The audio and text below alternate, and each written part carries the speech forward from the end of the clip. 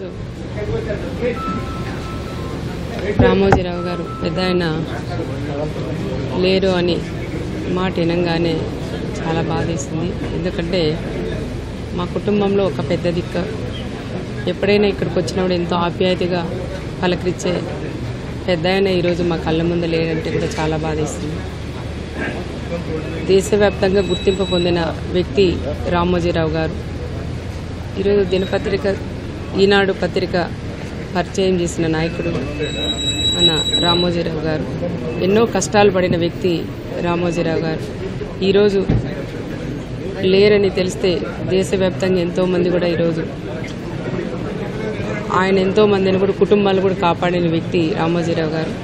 ఆయన లేని వార్త వినంగానే ఎంతోమంది షాక్ గురయ్యారు. నేనే పొద్దున తెల్లారితో తెలిస్తేనే ఎంతో బాధపడినాం. మా కుటుంబంలో ఒక పెద్ద దిక్క, ఏదైనా మాకు కష్టాలున్నా ఆయనకి చెప్పుకునే వ్యక్తులు మేము. మా ఆయన పరిటాల రవి గారు ఉన్నప్పటి నుంచి ఆయన పోయిన తర్వాత కూడా చాలాసార్లు కలిసాం. మా బాధలు ఏదైనా ఉన్నా చెప్తే కూడా మాకు ధైర్యం చెప్పి ఈ విధంగా మీరు నడుచుకోవాలని చెప్పే వ్యక్తి ఈరోజు మాకు లేరని కూడా అనుకోకూడదు. ఎప్పుడు కూడా మన గుండెల్లో ఎప్పుడు చిరస్థాయిగా పెద్ద ఆయన ఉన్నారని కూడా మేము కూడా భావిస్తాం. తప్పకుండా ఆయన ఆశయాలు ఏవైతే ఉన్నాయో అవన్నీ కుటుంబ సభ్యులు కూడా అవి కొనసాగించాలని ప్రత్యేకంగా అందరినీ కూడా నేను కోరుకుంటూ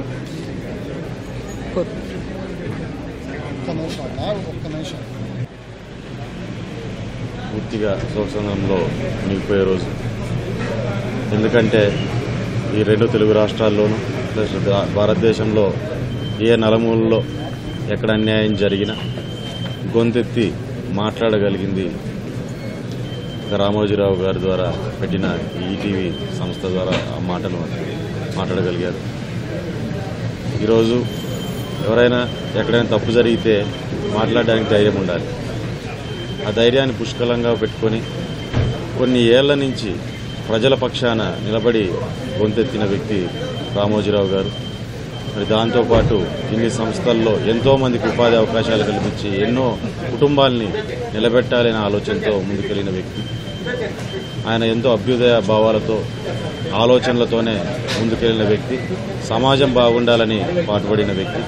అట్లాంటి వ్యక్తి ఈరోజు దూరం అవడం అనేది మన తెలుగు రాష్ట్రాలు ఒక తీరని లోటుగా మనం ఈరోజు భావిస్తున్నాం.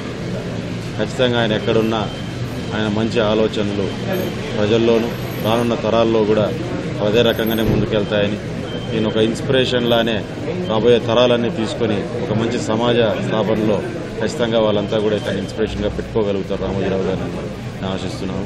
ఖచ్చితంగా ఈయన లోటును మాత్రం తీర్చలేని పరిస్థితి అనేది